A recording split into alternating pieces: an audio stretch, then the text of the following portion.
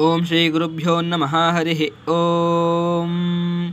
ओम मुञ्चामित्वा हविषा जीवनायकमज्ञातयक्ष्मादुतरा आजयक्ष्मात् ग्राहिर्जग्राह यदि वैतदे एनन्तस्या इन्द्राग्निप्रमुक्तमेनं यदि क्षितायुर्यदि वा परे एतो यदि मृत्योरन्तिकन्नीत एव तमाहरामि निर्ऋतेरुपस्थादस्पा आश्रमेणं शतशा आरदाय सहस्राक्षेण शतशा आरदेन शतायुषा हविषाः आश्रमेणं शतं यथेमं शरदो न यातेन्द्रो विश्वस्य दुरितस्य पारम् शतं ये एव शरदो वर्धमानः शतं हे एमन्तान् शतमुपसन्तान् शतमिन्द्राग्ने सविता बृहस्पतिः शतायुषा हविषेमं पुनर्दुः आहा आश्रन्त्वा विदन्त्वा पुनरागा आः पुनर्नव सर्वा आङ्गसर्वन्ते चक्षुः सर्वमायुश्च ते विदम्